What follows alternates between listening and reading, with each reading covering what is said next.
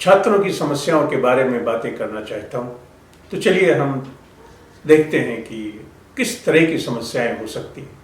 एक बार मेरे एक दोस्त ने मुझे कहा मैं रिटायर हो रहा हूँ और मेरे घर पार्टी है, आप आए। मैंने कहा ठीक है। कोई और भी फुर्सत में आ गया। खैर मैं गया, मैंने देखा, पार्टी खत्म हुई, मगर ऐसा लगा कि वो वहाँ खुद था ही नहीं। थोड़ी देर के बाद बातचीत आगे बढ़ी। मैंने कहा मामला कुछ ठीक नहीं है। उसने कहा चलो बाहर चलते हैं। बाहर जाके जो हमारे और उसके बीच में संवाद हुआ तो उसने मुझे याद दिलाया कि देखो भाई, काश मैंने अपने पिताजी को मना कर दिया होता कि मैं ये नौकरी नहीं करना चाहता, मैं मिलिट्री में जाना चाहता हूँ। मैं आज भी उन लोगों को देखकर रोमांचित होता हूँ। इसलिए रिटायर हो ना हो, अगर ज़िंदगी ऐसे ही गुजरनी थी जिसमें खुशी ना हो तो क्या फ़र्क पड़ता है। खैर ये सिर्फ एक दास्तां थी जो मैंने सामने रखी। सवाल ये है कि जब हम किसी भी कैरियर का चुनाव करते हैं तो किन आधारों पर करते हैं, हमें कौन कौन से गुण होने चाहिए, हमें सामने कौन कौन से ऑप्शंस हैं, हम उसे कैसे इवेलुएट करते हैं। ये एक पूरी मनोवैज्ञानिक प्रक्रिया है और इसे समझना जरूरी है। जब हम अपने कॉलेज में होते हैं, अपने दोस्तों के साथ होते हैं तो उन्हें देखकर, जो अच्छे पढ़ने वाले होते हैं उन्हें देखकर वो पढ़ना चाहते हैं। लोगों की मानसिक दशा कैसी है उसका प्रभाव पड़ता है, परिवार के लोगों का प्रभाव रहता है। हम चाहते कुछ और हैं और हमारे सामने जो ऑप्शंस हैं वो कुछ और होते हैं। इसलिए ये इतनी आसान डगर नहीं है, लेकिन इसे आसान बनाना जरूरी है। आसान ये सिर्फ इसलिए होगा जब हम ये जानेंगे कि हम कौन हैं और हमारी इच्छा क्या है। चाहते हुए भी अगर हम अपने आप को एक्सप्रेस नहीं कर सकते, अगर हम कोई चीज़ नहीं चाहते हैं तो हम ना नहीं कह सकते, और अगर इतनी मानसिक शक्ति हमें नहीं है तो निश्चित है कि हम समस्याओं का आमंत्रण तैयार कर रहे हैं। इसलिए सबसे पहली आवश्यकता यह है कि हम अपने आप को जानें। हर छात्र को अपनी क्षमता, अपनी कमजोरियां, अपनी चाहत मालूम होनी चाहिए। उसे ये भी मालूम होना चाहिए कि हमें क्या करना है तो क्यों करना है। सबसे पहले ये आवश्यक है कि वो तैयारी कर सके जानकारी हासिल करने की। अब सवाल उठता है, आप अपने आप को कैसे जानेंगे? जरूर जान सकते हैं। हम अपने हाथ पांव, अपने रंग, अपने हाइट, कलर सब जानते हैं। इसलिए हम सब ये भी जानते हैं कि हमारा दिमाग कैसे काम करता है, हमें नींद कैसी आती है, हमारी भावनाएं कैसी हैं, हम अपनी भावनाओं पर नियंत्रण रख पाते हैं या नहीं रख पाते हैं, हम अपनी विचारों पे कैसे हैं, क्या सोचते हैं, क्या हमारे विचारों में विरोधाभास है, क्या हम सोचने के पहले ही कुछ काम कर जाते हैं, क्या हम सामाजिक रूप से सजग हैं, क्या हमें सामाजिक गुण भी हैं, क्या हम सहज हैं लोगों के बीच, क्या हम अपनी आवश्यकता लोगों को आसानी से बता सकते हैं, क्या हम अपने घर में जाकर वो सब कुछ कह सकते हैं जो हम चाहते हैं। हमारे डर पर किसका अधिकार हो गया है? हम डरते क्यों हैं, झिझकते क्यों हैं, हमें याद क्यों नहीं रहता, हम अपने अध्यापक से साथ संवाद क्यों नहीं कर पाते, हम किताब लेके बैठते हैं फिर भी हमें याद नहीं रहता। ये सारी जो मनोवैज्ञानिक कलाएं हैं, यही मिलजुल कर आदमी का व्यक्तित्व बनाती है। और जब इसमें एक अच्छी अध्यापक की, परिवार की, संस्कार की संरचना मिश्रित होती है, जब उसका महल खड़ा होता है तो चरित्र बनता है। मनोवैज्ञानिक गुण, सामाजिक आधार, समाज की नियम परिवार के संस्कार सब मिलकर एक चरित्र का निर्माण करते हैं और सबसे आवश्यक है इंसान का चरित्र। अब अगर हम देखें कि सफलता की कसौटी पर क्या है, आप जिस चीज की तैयारी कर रहे हैं वो एक लक्ष्य की प्राप्ति है। आप डॉक्टर बनना चाहते हैं, आप कंपटीशन में बैठेंगे, पास हो जाएंगे, डॉक्टर बन जाएंगे, तो ये एक लक्ष्य हुआ। ये सफलता नहीं है, इसकी भूल नहीं होनी चाहिए, करनी चाहिए। अपनी कमजोरियां होते हुए भी लोग सफल होते, क्योंकि सफलता एक आनंद का विषय है। अगर हमें अपने लक्ष्य की प्राप्ति हुई है और उसके बाद भी हम आनंदित नहीं होते हैं, अपने आप में संतुष्ट नहीं होते हैं जीवन में, तो वो सफलता नहीं कहलाती है। सफलता के पैमाना जीवन में सुख, शांति और अपने अंतःकरण की में आप क्या सोचते हैं, अपने आप को कैसे महसूस करते हैं, उससे निश्चित होती है। आप असफल हो सकते हैं, एग्जाम में फेल हो सकते हैं। क्या जितने लोग एग्जाम में फेल हुए हैं वो असफल हैं? नहीं। क्या जितने लोगों में क्षमताएं नहीं है, या कि वो उनमें कोई फिजिकल डिसेबिलिटी है या मेंटल डिसेबिलिटी है, क्या वो लोग सफल नहीं हुए? इसलिए ये सफलता असफलता की बहस से बाहर निकलना चाहिए और लक्ष्य या कैरियर का निर्णय करते समय सिर्फ ये देखना चाहिए कि हम आज क्या चाहते हैं और हम अपने जीवन में क्या चाहते हैं। जीवन की सफलता के पैमाने अलग हैं। लक्ष्य प्राप्त करने में लक्ष्य प्राप्त करने में आपकी जो अभिलाषा है, जो आपने लक्ष्य निर्धारित किया है, उसे प्राप्त करने में जो मेहनत आप करते हैं, उसका सुख अलग है।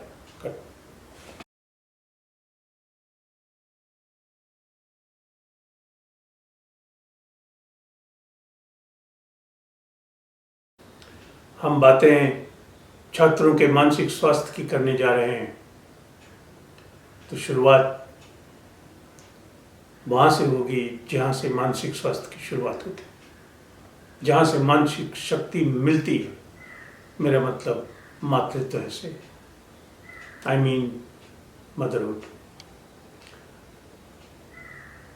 Mental strength is deep rooted into motherhood, और इसीलिए माँ को जननी कहा गया है। मैं वैज्ञानिक तथ्यों के साथ ये बताना चाहता हूँ कि मानसिक शक्ति के सृजन के लिए, उसे बनाने संवारने के काम में कौन वो शख्स है जो सबसे अधिक उत्तरदायी है? कहाँ से मिलती है ये शक्ति? माता का स्थान इसलिए जीवन में है क्योंकि हमने जो कुछ पाया है वो सब वहीं से पाया है। और वो जो समय है, चाहे जन्म के पहले का हो या जन्म के बाद का हो, वहाँ जो कुछ बनता बिगड़ता है वही पूरे जीवन का निचोड़ हो जाता है। सब इसलिए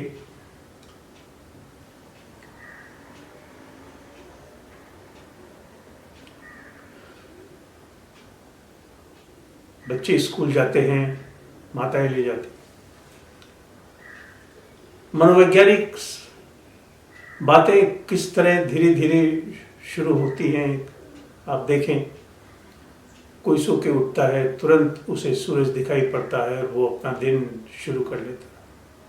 कोई दूसरा व्यक्ति थोड़ा धीरे धीरे अपना कार्यक्रम शुरू करता है। कोई कहता है आज मन नहीं है, हम काम पे नहीं जाएंगे, चाहे कितना भी जरूरी काम क्यों ना हो। फिर कुछ लोग घंटे 2 घंटे बाद जाते। कुछ ऐसे लोग हैं जो किसी विशेष दिन पे, जैसे कि सोमवार को, अब छुट्टियों के बाद काम पे नहीं जाना चाहते। कुछ ऐसे लोग हैं जो सुबह उठेंगे, फिर उनमें इतनी ऊर्जा नहीं रहती कि वो अपना कार्यक्रम कर सकें और अपने आप को अपने दिनचर्या में लगा सके या उठ के जा सके। तो ये परिवर्तन जो दिखाई पड़ रहा है, इसके बारे में सोचना चाहिए एक उदाहरण की तरह कि ये क्या है। मन की अवस्था किस तरह जीवन के प्रत्येक डिपार्टमेंट को, प्रत्येक एस्पेक्ट को प्रभावित करती है, ये उसका सिर्फ एक उदाहरण है।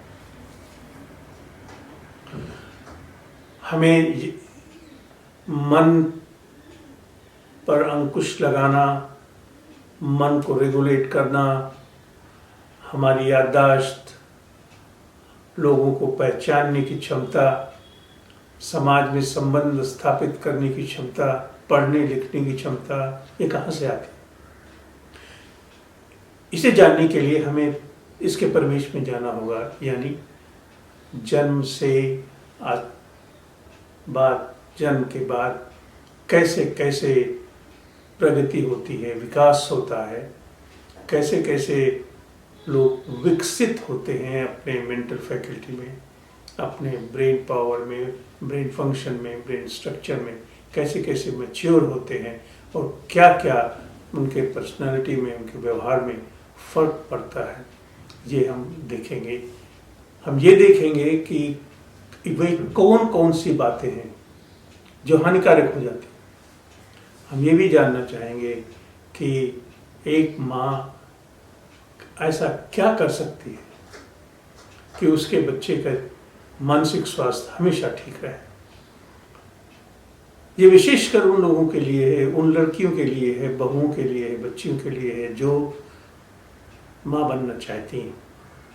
उन्हें इस बात की जानकारी प्राप्त करनी चाहिए कि एक्चुअली होता क्या है, कैसे ब्रेन डेवलप होता है, कैसे व्यवहार बनता है, कैसे मनोवैज्ञानिक गुण आते हैं और वे कौन कौन सी बातें हैं जिससे इनमें नुकसान हो जाता है। हम इसको दो भागों में बांट कर देखते हैं। पहला, जन्म के पहले, यानी जब कोई महिला गर्भवती होती है तब क्या अवस्था होती है। अगर कोई महिला गर्भवती है तो रिसर्च क्या कहते हैं, जिस परिवार में तनाव, जिस परिवार में सामाजिक समस्याएं, मानसिक रोग, अल्कोहल, डोमेस्टिक वायलेंस इत्यादि हैं और उसका बोझ महिला पर रहता है, उसके बच्चे के मस्तिष्क के विकास में ये बाधा डालती है।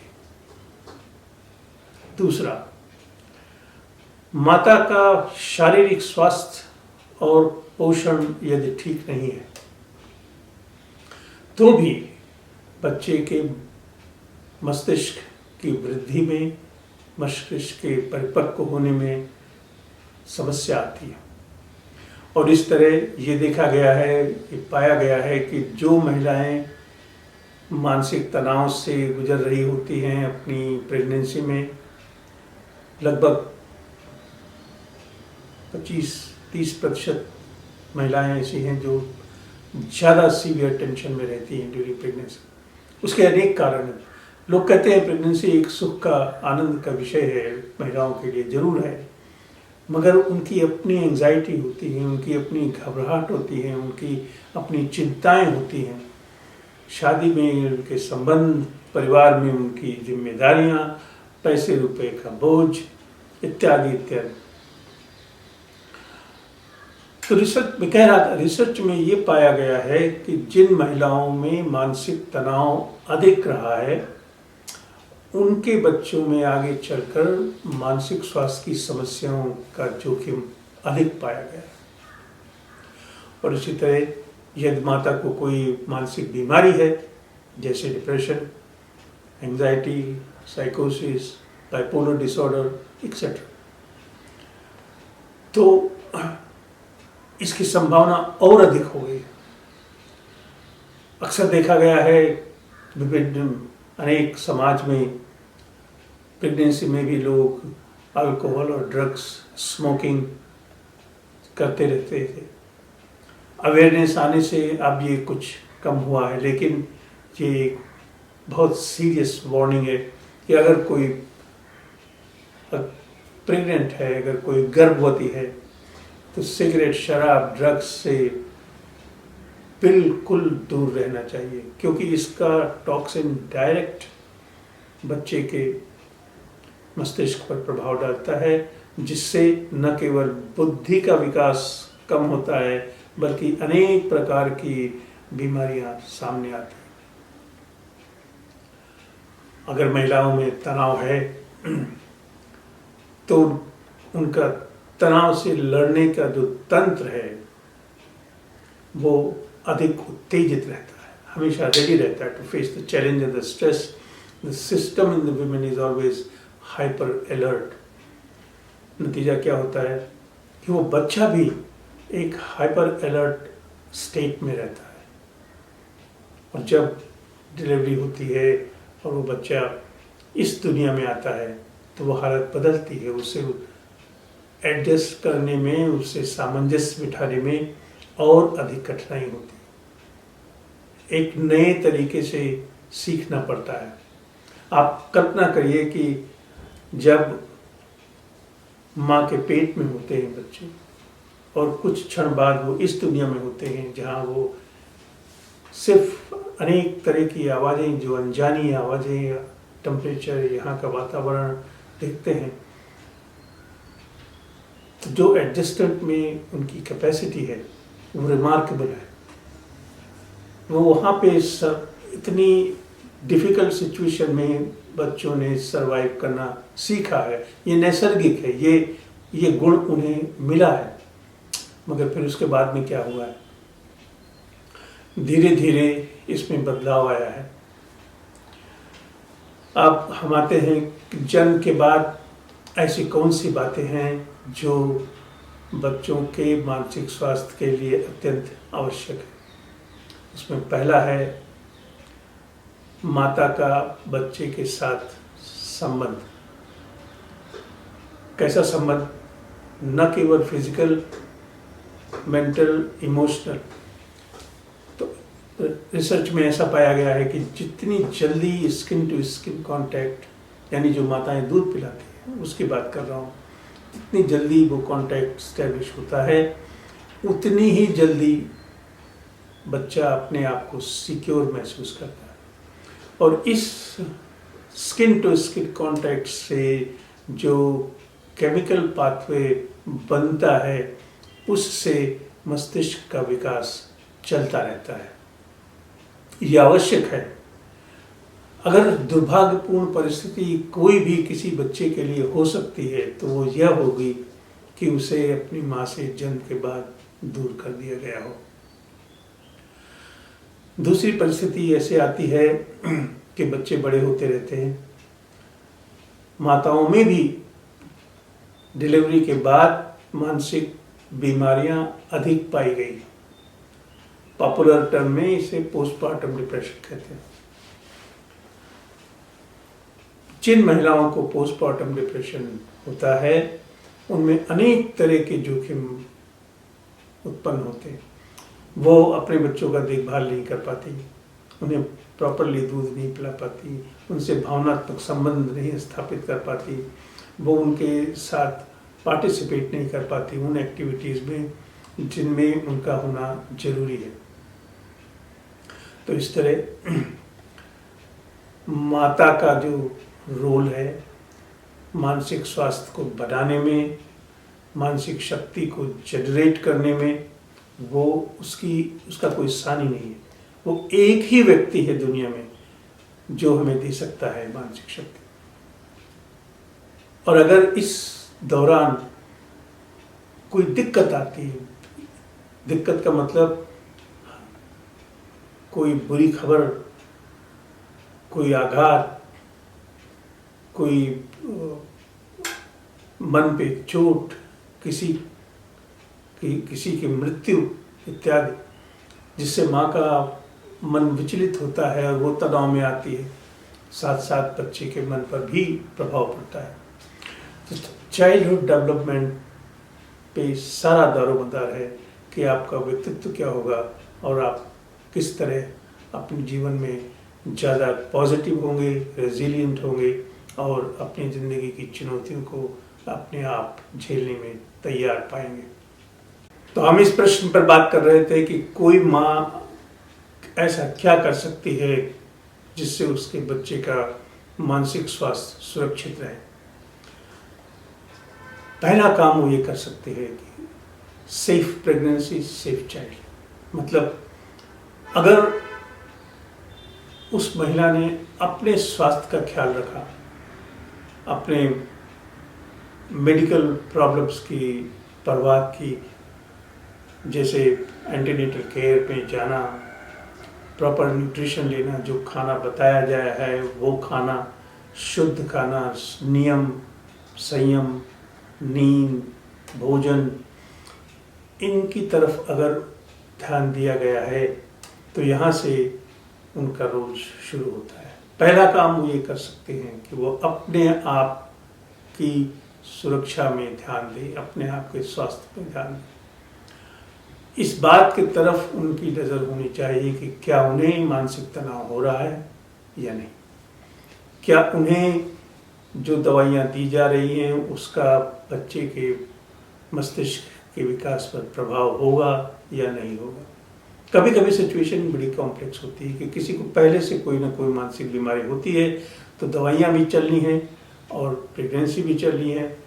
ये एक विशेष परिस्थिति होती है और इसके एक्सपर्ट इस काम में दक्ष हैं और वो अपना काम जो गाइडलाइंस है जैसा भी है उसको करते हैं। मगर जहाँ तक हो सके ऐसा काम नहीं होना चाहिए जैसे ट्रॉमा, साइकोलॉजिकल ट्रॉमा है, फिजिकल ट्रॉमा। घर में स्पेसिफिक्स अगर देखें तो वे कौन कौन सी बातें हैं जो हानिकारक है। सबसे कॉमन जो तकलीफ है वो है डोमेस्टिक वायलेंस की, alcoholism in the husband, poverty, social issues, exhaustion, over time working, strain on life.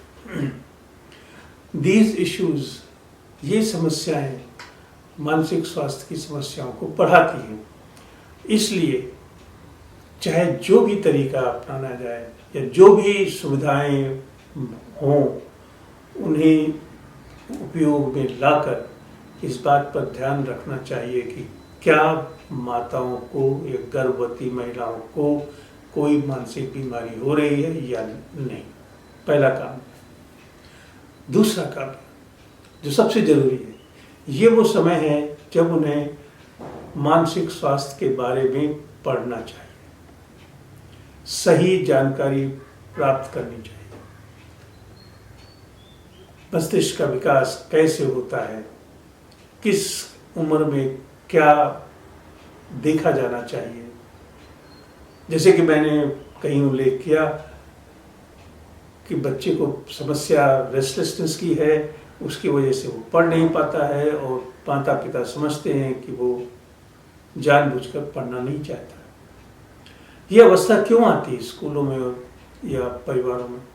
ये अवस्था इसलिए आती है कि हमें नहीं मालूम कि इम्पल्सिविटी क्या है, रेस्टलेसनेस क्या है, ये एक समस्या हो सकती है कि नहीं हो सकती है, या इसके लॉन्ग टर्म रिपरकशंस क्या होंगे। तो safe motherhood is the first thing that a woman can ensure.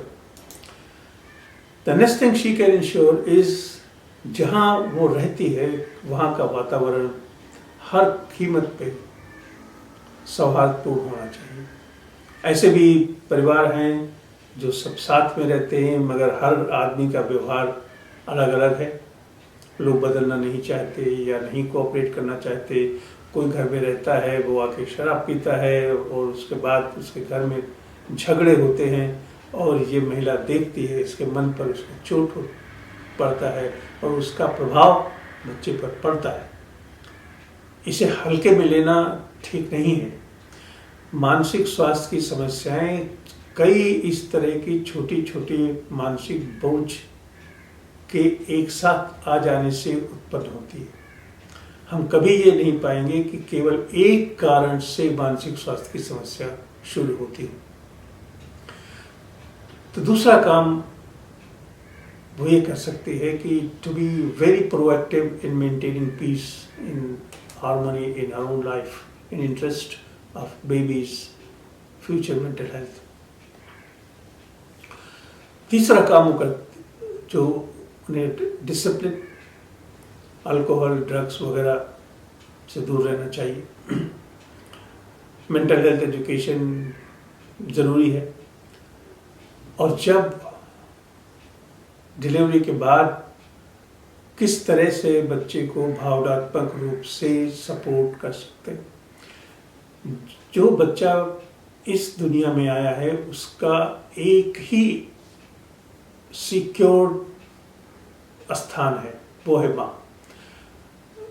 The child is firmly, psychologically the child is firmly, deeply rooted into the mindset and in the system of his or her mother. And therefore, it is not possible to deroot, but in fact the motherhood nurtures the mental health growth. It evolves, it allows children to evolve in their strength, resilience, mental strength, ability to fight, ability to cope, to regulate mood, to grow as an intelligent person, have good cognitive abilities, good social abilities, have overall good mental health and well-being. What does it mean? इसका क्या मतलब है? उसके स्वास्थ्य का कल्याण की स्थिति में, उसका स्वास्थ्य कल्याण की स्थिति में रहे और वो अपना काम दक्षता से कर सके, सीखने की क्षमता हो और चुनौतियों से लड़ने की क्षमता हो। इसे इन तीन कंपोनेंट्स को मिलाकर हम कहेंगे कि ये गुड मेंटल हेल्थ की डेफिनेशन में आता है। तो माँ का ये कर्तव्य है कि वो न केवल ये सोचे कि हम और मुतमईन रहे कि हम कर रहे हैं सब ठीक है, बल्कि वो क्रॉस चेक भी करेगी कि जो वो कर रही है वो इनफ है कि नहीं है, क्या उससे ज़्यादा कुछ किया जा सकता है या नहीं किया जा सकता है। और सबसे ज़रूरी बचपन के जो अनुभव हैं, हम वैज्ञानिक भाषा में बोलते हैं एडवर्स चाइल्डहुड एक्सपीरियंस। यहाँ जो घातक अनुभव होते हैं वो मस्तिष्क के विकास के लिए भी घातक है। मस्तिष्क का विकास अनुभव के आधार पर होता है। जो अनुभव इस समाज से, वातावरण से मिलता है वो एक केमिकल सर्किट के द्वारा ब्रेन तक पहुंचता है और वो उसे स्टिमुलेट करता है।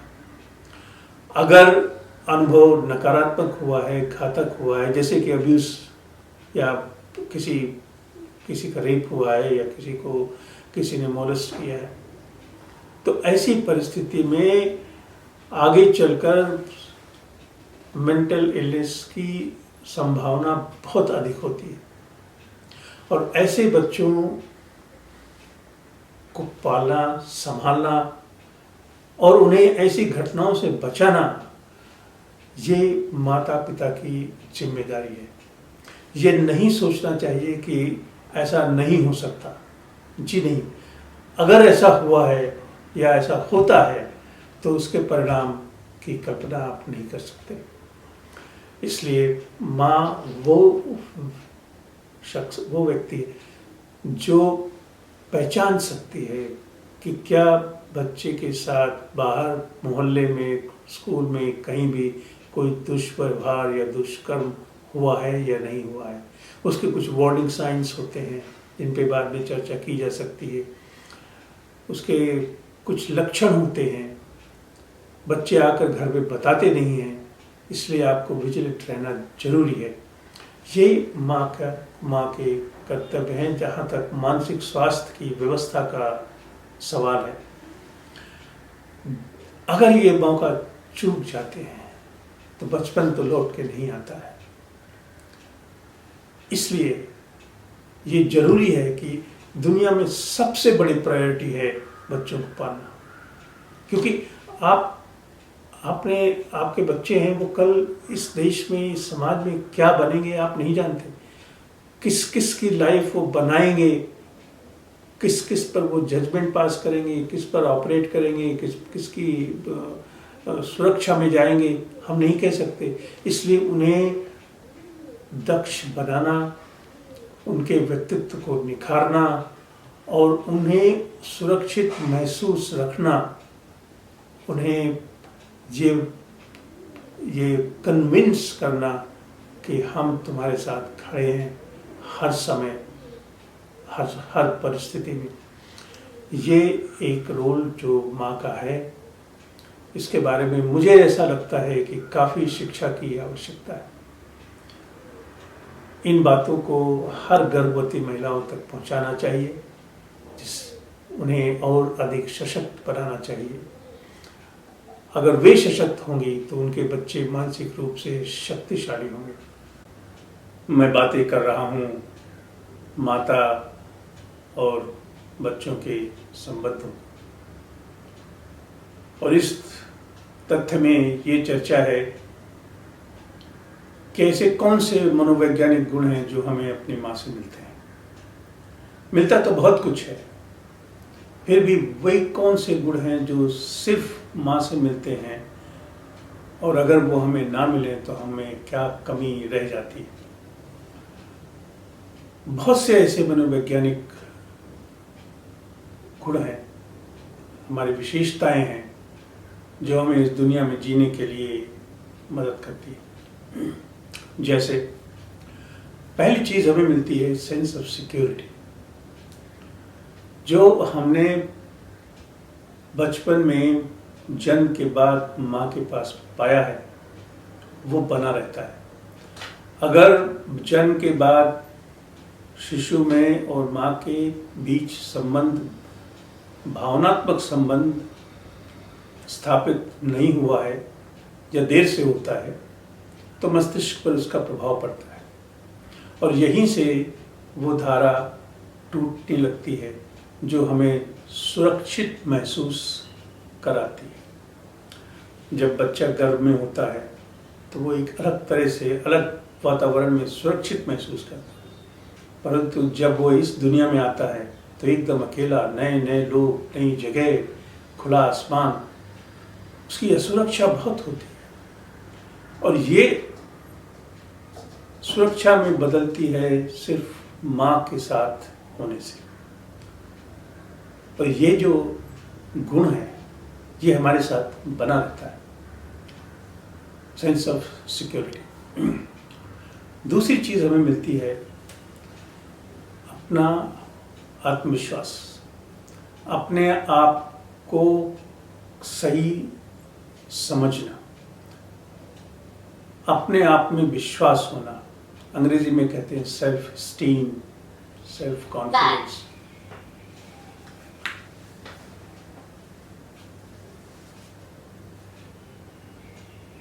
अंग्रेजी में कहते हैं सेल्फ स्टीम, सेल्फ कॉन्फिडेंस, आत्मविश्वास।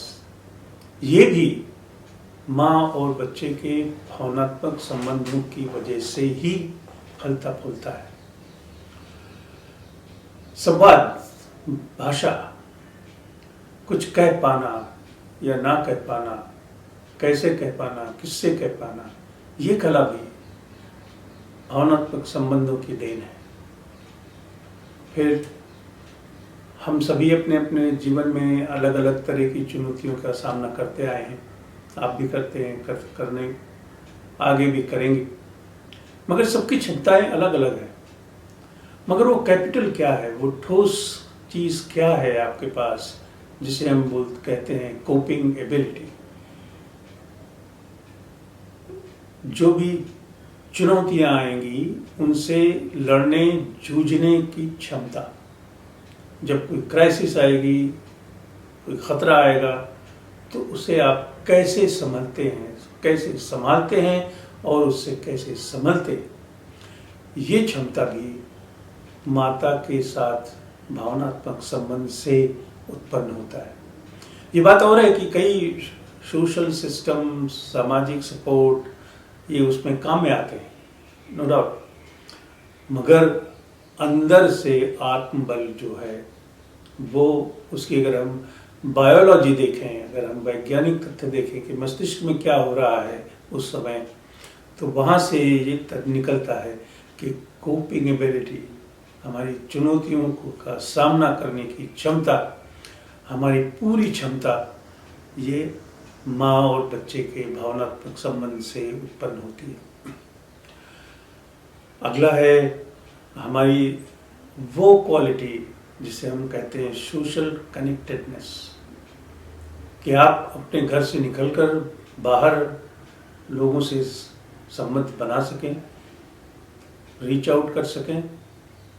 ये एक सोशल डेवलपमेंट का पैमाना है। हमारे कई तरह के डेवलपमेंट होते हैं, कई तरह का विकास हमारे व्यक्तित्व में होता है, भावनात्मक, शारीरिक, मानसिक, सामाजिक वगैरह। तो ये सामाजिक विकास मनुष्य समाज के बीच का एक प्राणी है। ऐसा हो नहीं सकता कि आप किसी से इंटरैक्ट ना करें। तो ये क्वालिटी आती कहाँ से है? आपने बहुत लोगों को देखा होगा, ये क्वालिटी ना होने का मतलब ये नहीं है कि कोई बीमार है, बिल्कुल स्पष्ट रूप से मैं कह रहा हूँ, मगर ये एक साइकोलॉजिकल वर्च्यू है, ये एक देन है, गिफ्ट है, जो बचपन में भावनात्मक विकास से निकल के आई हुई चीज़ है। फिर एबिलिटी टू रिलेट, संबंध स्थापित कर सकना, किसी को समझ पाना, इंटरपर्सनल रिलेशनशिप, दो आदमियों के बीच संबंध कैसे स्थापित होंगे, ये सारी बातें मनोवैज्ञानिक गुण, ये सारे मनोवैज्ञानिक गुण हमें बचपन में जब हमारा विकास हो रहा होता है और जब माँ का आंचल आप पर होता है, वहाँ से ये चीज़ विकसित होती है। स्वभाव का लचीलापन, रेजिलियंस, हम लोग काफ़ी सुनते होंगे आप, positivity, positive thought, positive action, positive सोचिए वगैरह। ये पॉजिटिविटी क्या है? सकारात्मकता का गुण, स्वभाव का लचीलापन, खुश रहने का गुण, कंटेंटेड फील करने का गुण, इसका एक पूरा पैकेज है जिसे हम पॉजिटिव साइकोलॉजिकल कैरेक्टरिस्टिक्स कहते हैं। रेजिलियंस इसमें सबसे महत्वपूर्ण है। स्वभाव का लचीलापन मतलब कोई भी खतरा सामने आया तो आप स्विफ्टली उसको निपटा सकते हो। भाषा में कहें, बोलचाल की भाषा, जिसमें वो क्षमता है तो ज़्यादा रेजिलियंट है। आवश्यकता अनुसार, खतरे की ग्रेविटी के अनुसार उसको जज करना, उसके अनुसार रणनीति बनाना और चंद सेकंड में उसे क्रियान्वित भी कर लेना। ये जो सर्किट ब्रेन में चलता है, सोचना, करना, कोऑर्डिनेशन, ये जो न्यूरो बिहेवियरल साइंस है, इसका निर्माण माता के साथ भावनात्मक संबंध को लेकर होता है। फिर हम सभी जानते हैं कि तनाव है, मगर सभी लोग तो एक तरह से तनाव में नहीं। सबकी तनाव सहने की सीमा अलग अलग है। हम कहते हैं स्ट्रेस थ्रेशोल्ड वेरीज। हाँ, एक खास सीमा है जिसके ऊपर कोई नहीं सह सकता, लेकिन स्ट्रेस थ्रेशोल्ड भी कि आप कितना तनाव सहन कर सकते हैं, कितनी क्षमता है आप में तनाव सहन करने की, ये क्वालिटी भी आपको माँ के साथ अपने संबंध, भावनात्मक संबंध से मिलती है।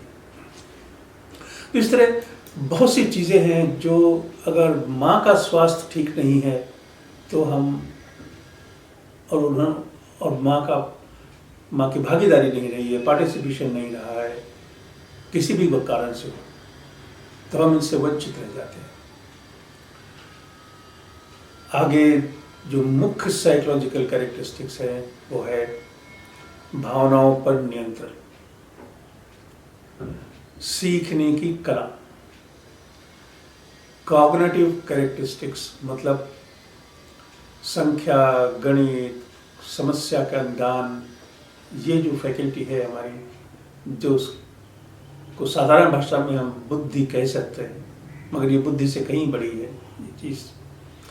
ये सारे गुण हमारे ब्रेन के स्ट्रक्चर से, ब्रेन में ख़ास जगह है जहाँ से ये कंट्रोल होता है और उसका विकास कैसे होता है, वो मैच्योर कैसे होते हैं, सेल्स, वो कोशिकाएं कैसे मैच्योर होती है, वहाँ भी माता के साथ भावनात्मक संबंधों का बहुत बड़ा रोल है। ऐसा देखा गया है एक्सपेरिमेंट्स में, अध्ययन में, कि जहाँ जहाँ लोगों में इस भावनात्मक संबंध की कमी पाई गई है और वे आगे चलकर मानसिक रोग के रोगी हुए हैं, उन सब में ऐसी कमियां पाई गई हैं। वहाँ से ये निष्कर्ष निकाले गए हैं। बहुत पे रिसर्च हुई है, बहुत स्टडीज हुई है। ये कोई किसी डिबेट की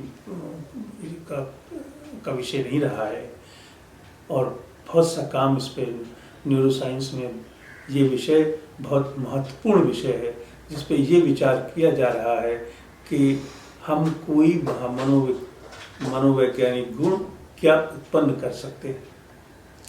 क्या हम ऐसा कर सकते हैं कि कोई कमी है तो उसे किसी भी इंटरवेंशन से, चाहे वो साइकोलॉजिकल हो या बायोलॉजिकल हो या सोशल हो, किसी भी इंटरवेंशन से क्या उसे बढ़ाया जा सकता है।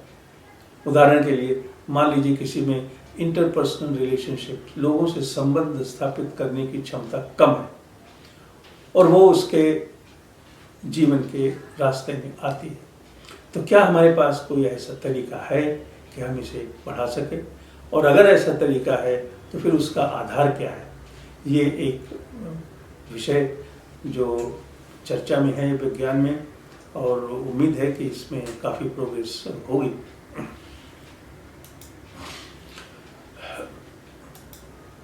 इसके बाद हम देखें समग्र जो डेवलपमेंट इन टोटलिटी जिसे कहते हैं, वो भी टुकड़े टुकड़े में तो 1 गुण, 2 गुण, 10 गुण मिल जाते हैं, फिर भी लोगों का व्यक्तित्व कंप्लीट नहीं होता है। कुछ लोग ऐसे होते हैं जिनमें ये सारे गुण होते हैं और उनका व्यक्तित्व भी चमकदार होता है। Wellbeing, quality of life, level of satisfaction, ability to remain happy, ability to be contented, ये सारी बातों की आधारशिला माता के साथ संबंधों में छुपी हुई है।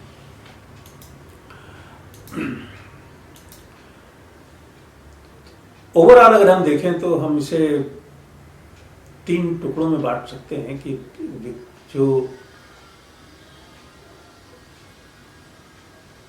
ओवरऑल हम देखें तो हम इसे 3 टुकड़ों में बांट सकते हैं कि जब गर्भ में जीवन होता है और माँ गर्भवती होती हैं, उस वक्त उनकी समस्याएं क्या रही हैं, जन्म के बाद क्या समस्याएं रही हैं, और अर्ली चाइल्डहुड डेवलपमेंट, मतलब 2 साल से 5 साल, 6 साल, 7 साल, ये जो पीरियड है ये बहुत वल्नरेबल है, बहुत सेंसिटिव पीरियड है। सेंसिटिव क्यों है?